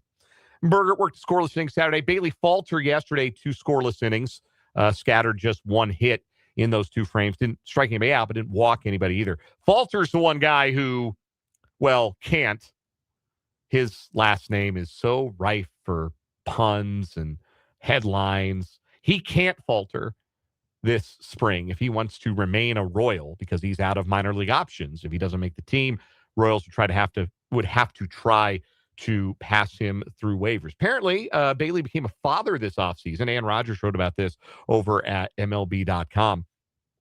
And I had to laugh because I'm reading the story about Bailey Falter talking about how wonderful fatherhood is. And he's correct. As a new father myself, it's awesome. But he also writes about how much more clarity he has, how much more of a clear mind he has since he and his wife welcomed their first child into the world this offseason. And so that would make the child not all that old. And I can tell you of all of the things that I experienced when I had November. Their son was born in November. So 4 months. When I had a 4-month-old, one thing I did not have? A clear mind. I had a very jumbled mind. I had a mind that was very much sleep deprived. That's the mind I had when I had a 4-month-old. So to hear him talk about being more clear-minded was very funny to me. Maybe from a baseball perspective, but I guarantee you he's anything like me. He waking up for those early feedings at those young ages. Clear mind is the last thing you've got. But everybody's got a story in the spring, right? Like whether I got a new pitch, or I'm in the best shape of my life, or something I did this offseason has offered me a new perspective on my baseball career and my life, and so I'm a changed man as I arrive to spring training. Everybody's got a narrative like that, but I like Bailey Falters because I can relate. I know what it's like to be a new dad. So pulling for him a little bit. Hopefully we see his little boy, Dean. Dean is his name. Hopefully we see him Well, not running. He's still pretty young, but hanging around Kauffman Stadium this summer. And a good start to the spring for Bailey Falter. The Royals were competitive last year because of starting pitching depth. They had to shoestring it on the fly because a lot of what they thought was going to be their starting pitching depth never ended up panning out, right? They signed Michael Lorenzen last year pretty late before spring training started. And they did that because, maybe Alec Marsh isn't going to be good to go for opening day. Alec Marsh wasn't good to go for any day. And he's not going to be good to go for any day this year either, which is super unfortunate for Alec Marsh. But that didn't end up panning out. And Kyle Wright didn't end up panning out. And nobody really from the minor leagues other than Noah Cameron took this great leap forward to be considered as an option to start games. So the Royals, when they started losing starting pitchers, when Cole Reagan's got the injuries that he was dealing with, and Bubic hurt his arm, and Seth Lugo was dinged up, Royals had to really patchwork it with regards to their starting pitching depth, and it cost them some things in trade to go get Bailey Falter and go get Bergert and Kolek. They got them, if you remember, for Freddie Fermin from the Padres. And now they come into this year a lot more prepared as far as pitching contingency plans go. And I really do think outside of their first 5 guys, which I really like, I think it's one of the better I think it's a top 10 rotation in baseball. As constructed, everybody healthy, I will take Cole Reagans, Chris Bubic, Michael Wacha, Seth Lugo, and Noah Cameron, and I will put that up, and I think favorably, against just about any other rotation in the American League. I think there are some that are distinctly better in the Dodgers just by the sheer, star power, wattage that they've got, the money they've been able to throw at that. They've got a really good rotation. Detroit's is very strong, especially at the top. Boston has built a really good one with some trades and some signings that they've made this offseason. There's some other good ones out there. I think the Royals have a top 10 rotation in the game. Beyond that, to have Ryan Bergert, Stephen Kolek, Bailey Falter, Mitch Spence, who they got not even a month ago from the A's. Just as guys who have started big league games and not embarrassed themselves, not tripped over their own 2 feet, you've got 9 guys in your organization that can do that. That's what winning teams do. Everybody has to have that kind of pitching depth. Even the Dodgers, even the Tigers. And I'm going to tell you this right now, the Tigers don't. Like the Tigers' first 5 looking great. 6 and beyond is looking a little sketchy. They got a good farm system, but most of the strength is in their bats. Guys like Kevin McGonigal, Max Clark, who are, names you're going to probably be cursing in about 2 or 3 years when those guys are hitting ropes all over the place in that Tiger lineup. But the strength isn't in their starting pitching. They don't have a lot of depth. You don't wish injury on anybody, but if those guys find themselves without Tarek Skubal for a month, I don't know what they're going to do. The Royals are in better shape. They are more equipped to sustain the kind of bad injury luck that they sustained really last year. And they sustained it well enough last year on the fly that they still won 82 games, despite the fact that they were so reliant on their starting pitching to get them every one of those wins because the offense wasn't nearly good enough. If we expect the offense to take a step forward this year, which I think we can, I think that's the expectation anyway. Like, I guess how much you believe in it, that may differ between you, me, and the next man. But that is the expectation, that they will be better on offense this year, and substantially better, depending on how good Jack Caglione and Carter Jensen are right out of the gate. The starting pitching can sustain itself with depth and keep this team winning through difficulty, through unforeseen injury, in a way that I think you can feel really good about. There were question marks last year going into spring. And there will be question marks that arise this spring, honestly. Somebody's going to Somebody's going to step in a sprinkler drain, turn an ankle. They're not going to throw for a month. Somebody's going to feel something in their elbow, and then we're not going to hear from them for a while. It's just the nature of pitching as a profession.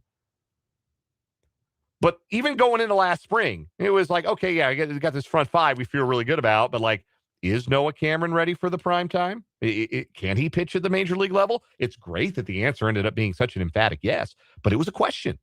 It was a question. Kyle Wright hasn't pitched off a mound in 2 years. Is he going to be ready? Is Alec Marsh going to get healthy? The answer to both of those was no.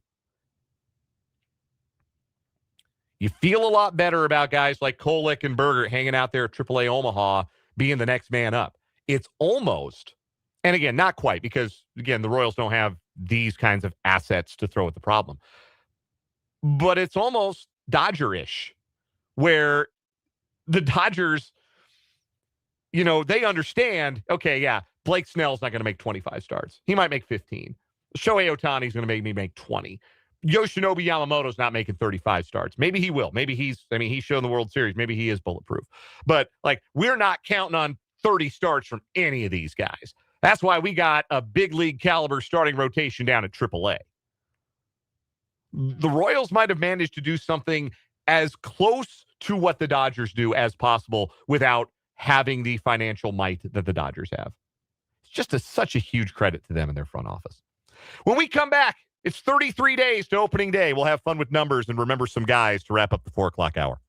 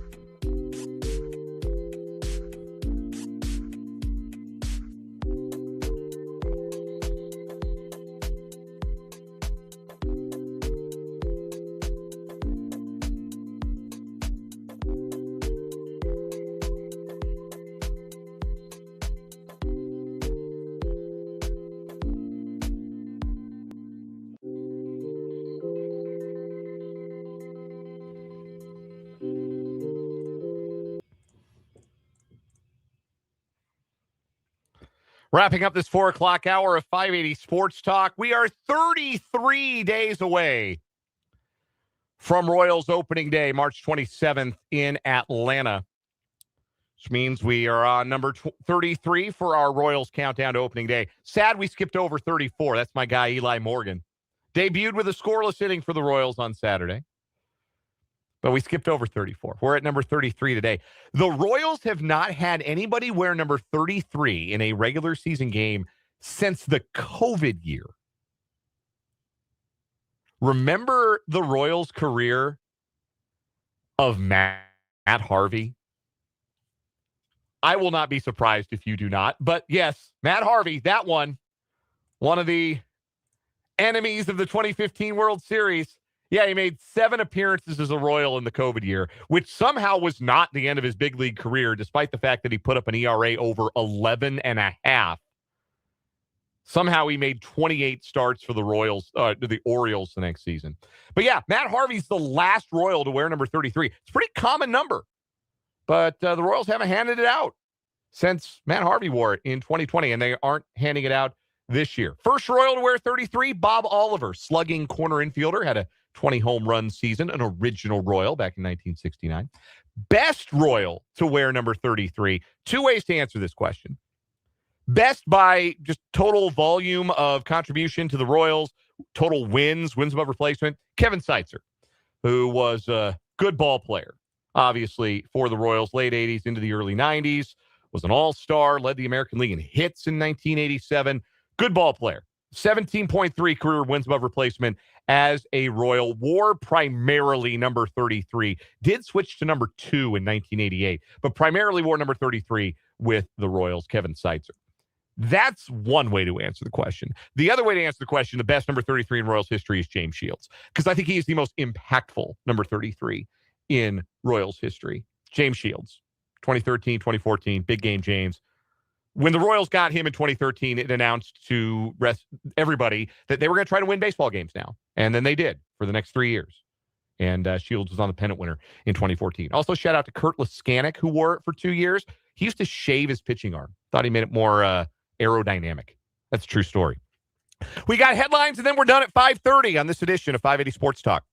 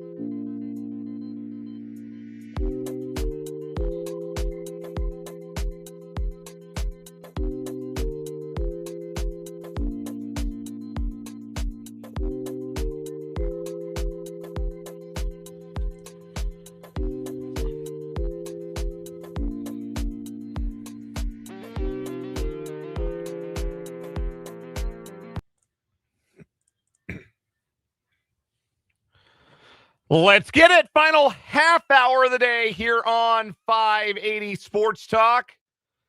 Dan Lucero here, flying solo. Thank you so much for hanging with me on the Sports Voice of Kansas, 580 WIBW, FM 104.9, online at 580WIBW.com, and on our streaming video channels, 580 Sports Talk on YouTube, WIBW News on Facebook. We're breaking away early today at 5:30. We're going to hand it off to the K-State Sports Network from Learfield. K-State women's basketball in action tonight in Baylor Bears. Again, 5:30 pre-off tonight as the Midi Cats look to bounce back from a loss to Kansas on heat up a little bit towards the end of the Big 12 schedule. Might snag them an NCAA tournament bid. They got to keep winning, but season K-State's been up and down all year long. Looking to try and finish on a high note starting tonight on your home of the Cats, 580 W together to do 2026. And to get Mike Dana has been cut. The Chiefs are parting ways with the veteran defensive lineman and are expected in the process of doing so to save $9 million against the salary cap for 2026, which made it a real no-brainer move, particularly given what Dana gave them in 2025. Virtually nothing. 1 sack in 15 games, 14 starts. Ended up with 25 total tackles, which was also the lowest total in a season since his rookie year when he played only 13 games back in 2020. The sack total was a career low. Did have his first career interception in the season, but also recorded only 4 quarterback hits. That, too, was a career low. Dana was a 5th-round pick by the Chiefs in the 2020 draft, spent 6 years with the team, 87 career games, 21.5 sacks, 3 Super Bowl appearances, 2 Super Bowl championship rings on his fingers. Best season was 2023, where he tallied 6.5 sacks for the Super Bowl 58 champs. But the returns were diminishing, the cap savings too appealing for a team that really needs to clear salary cap. And as for the question, why now? Why not at the start of the new league year, March 11th? Well, you give Dana and his representation a chance to secure new employment sooner. In fact, could even secure employment tomorrow. Team could sign Mike Dana tomorrow if they wanted to. The thing that I found kind of noteworthy about this was typically when you have a player who is getting cut, somebody from the Scoop industrial complex knows about it and posts something about it, like Adam Schefter, Tom Pelissero, Jordan Schultz. Like, all the guys, all the names of people who post transactions before the team gets a chance to post a transaction. Not so today. The Mike Dana move was scooped by the Chiefs. They posted a thank you Mike Dana graphic, and that led everybody to the conclusion, the obvious one, oh, he doesn't play for the team anymore. Oh, well, wait a minute. He's still under contract. I guess not, because they're saying thank you. Not just to be nice. That was a, typical social media thing to do when you cut ties with a player that contributed to your organization. So, Mike Dana has been cut. Not a surprise. Saves the Chiefs money against the salary cap. And I will say this, in apology to Mike Dana. I probably mispronounced his name more than I've ever mispronounced the name of a local athlete. I could never get it consistently right. Sometimes you just have those, right? We get the hang up in your head and you get the name wrong. Like our pal Jake LeBon. I'm not throwing Jake under the bus here. Love Jake to death. We all do. Jake kept calling former Royal Chesler Cuthbert Cutbirth and just couldn't get it the other way around. He was always Cutbirth. Sometimes you just get a name wrong. For me, it was Michael Dana. I always called him Dana, and then I'd correct myself, and then I'd probably call him both over the course of a segment. I could just never get it right. And in my head, because he played his college football at Michigan, his last year, he transferred from Central Michigan to Michigan, and that's where the Chiefs drafted him. But in my head, because, I had watched the Michigan games, I had seen him play in college, he had pronounced it Dana in college. It looks like Dana, but I thought he had pronounced it Dana in college. And maybe he corrected the record somewhere down the road, and I'm half right, but I can never get his last name right. And I apologize to Michael Dana for that, and I wish Michael Dana the very best moving forward. It just will not be with the Kansas City Chiefs. While we're on the topic of NFL headlines, it's being reported that the Atlanta Falcons will put the franchise tag on Kyle Pitts, keeping one of the top tight ends in the league under contract for at least one more season. The estimation of the franchise tag number for Pitts as a tight end next year is about $16.3 million. Of course, under the franchise tag, that gives Pitts and the Falcons until July 15th to agree with a long-term contract. Otherwise, he'll play the season under the franchise tag. Pitts had a good year last year. He's kind of been maligned a little bit in Atlanta, hasn't quite produced to his draft pedigree. He was the fourth overall pick, in fact, in 2021. But this past year, he had his best season, was second among tight ends in receptions and receiving yards, and scored a career-high 5 touchdowns. Here's a fun fact. Pitts has scored an ascending number of touchdowns each and every one of his seasons. In his rookie year, he caught 1 touchdown. Year 2, 2 touchdowns. Year 3, 3 touchdowns. 2024, 4 touchdowns. 2025, his 5th season in the pros, 5 touchdowns. It'd be a very funny bit if he caught 6 touchdowns this next season. But it looks like whoever he catches him for, is not going to be a mystery. He will not hit free agency, and it sounds like the Falcons are going to franchise him. Can also estimate that the Cowboys are probably going to franchise George Pickens or potentially franchise George Pickens. And we understand that there will be some other players that get the tag, but there's still some days ahead of the franchise tag deadline. Let's get to college basketball for our next headline. The new AP Top 25 on Saturday overall dropped 6 spots to number 14. They'll be taking on dropped 3 spots after losing at home to Arizona. Duke is the new number 1 on Saturday. I didn't get to watch as much of that game as I would have liked.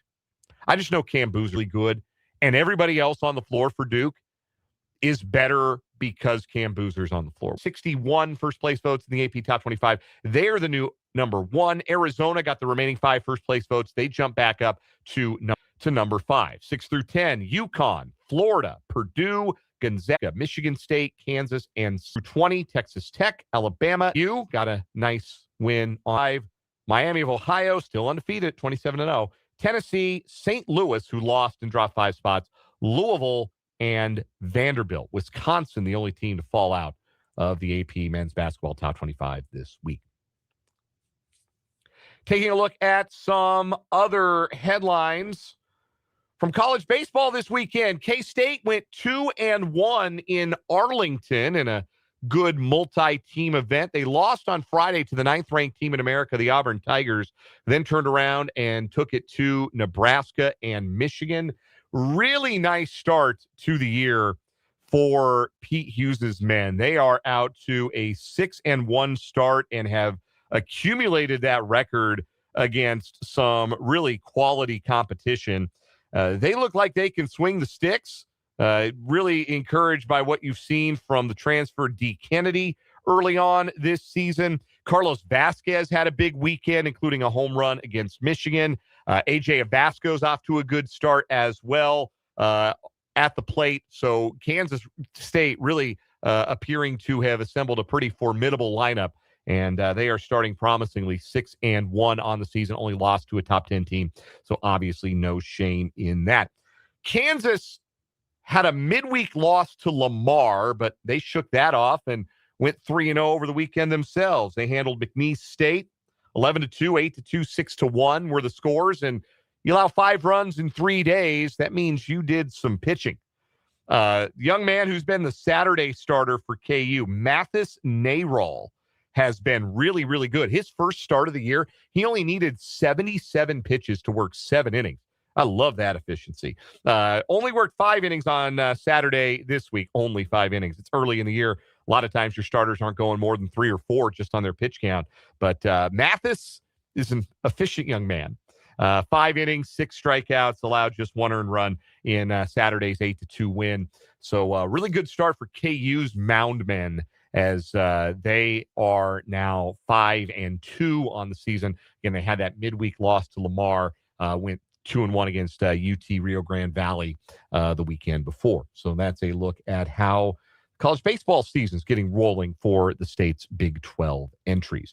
KU is at Minnesota this weekend. They play 4 at U.S. Bank Stadium against the Golden Gophers.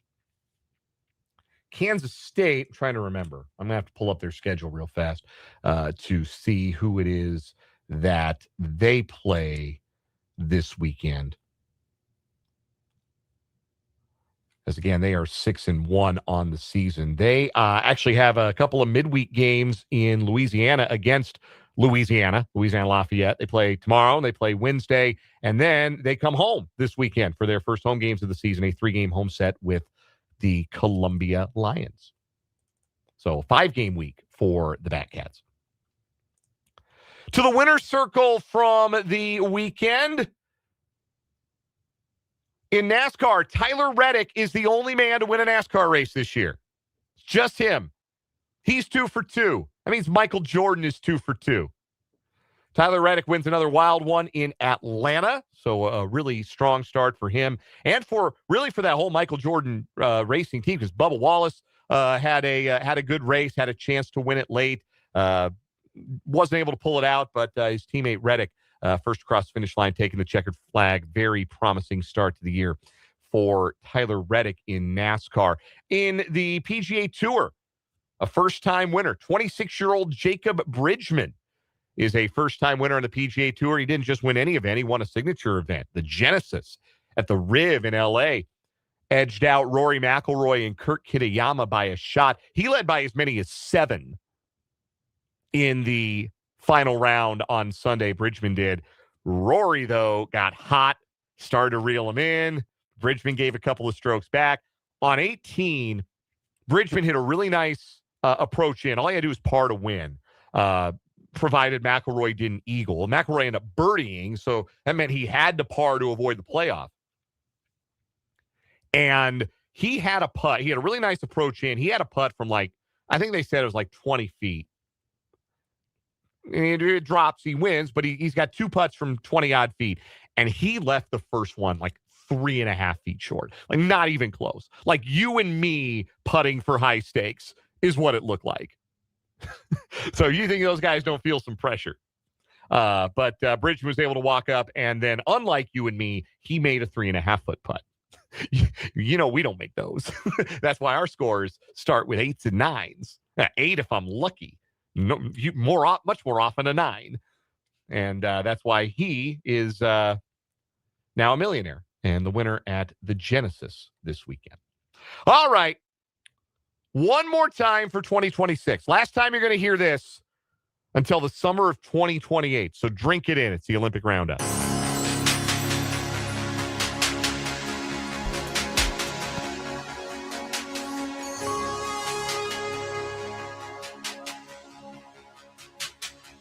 The Olympic Roundup.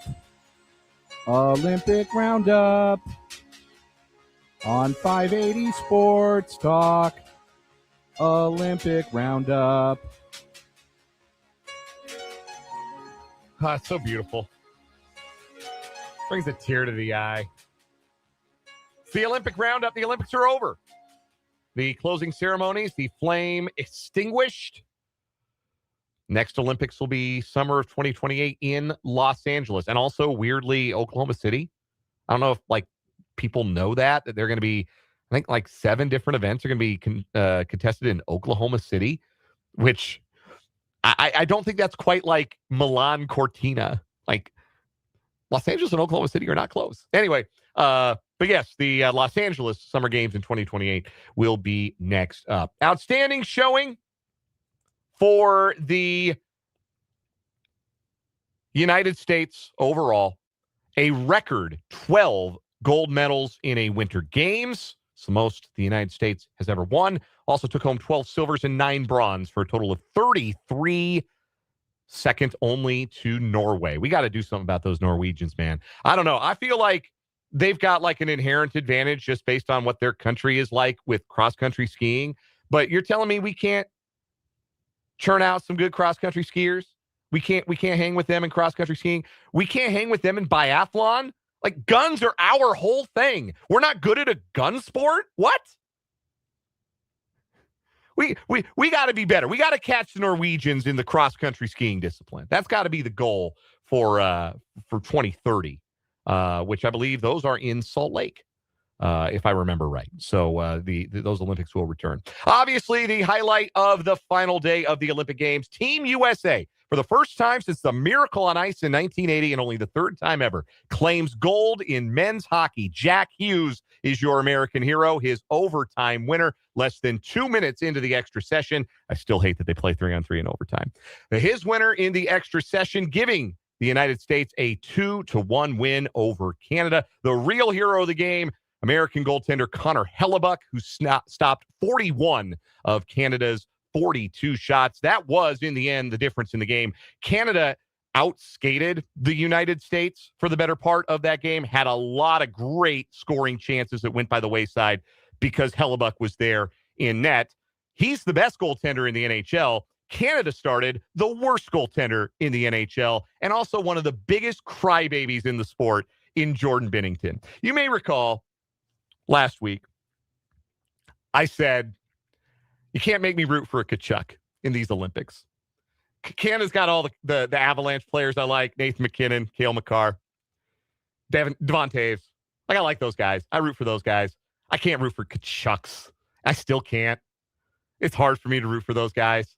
They are definitely, I had a texter ask from the 785, would you still root for the Avalanche if they signed one of the Kachuk brothers? Those are definitely guys who you like. You, when they're on your team, you don't mind them. I've rooted for guys I knew were,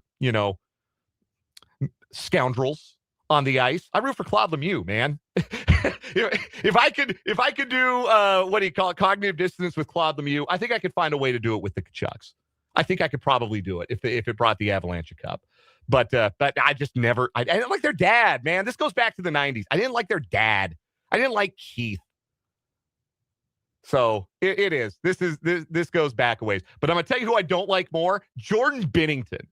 I know we probably got like one Blues fan out there listening like, hey, what the hell, man? But no, Jordan Binnington has the fullest diaper at all times. I've never forgotten how ridiculous he was to Nazem Kadri in the 2022 playoffs when the Avs beat him. He threw a water bottle at Kadri while he was doing an interview. Just a crybaby, Binnington. And now, by the numbers, he is the worst goaltender in the NHL. I know he was good once. That Blues Stanley Cup was 7 years ago. He's not good now. And I don't know how Canada doesn't have a better goalie than that. And he played well, tip your cap, but that was the difference. United States had better goaltender, and that is why they win the gold medal. It was a thrilling game. It was really exciting. If you think that's going to be the game that gets you into hockey, and then you're like, I'm going to watch the Blues and the Wild on Friday night or whatever, you're going to be disappointed. I'm just going to tell you, that was the highest of the high level, and it was a lot of fun. And I did enjoy, in spite of myself, even the Kachucks winning that gold medal. And what they did, that tribute to Johnny Gaudreau and having his kids down there for the picture with the medals. Oh, man, it got dusty in the Lucero house when they did that. That was really, really cool. Once in a lifetime. First time 46 years. United States gold medal in men's hockey. The final word is coming up next.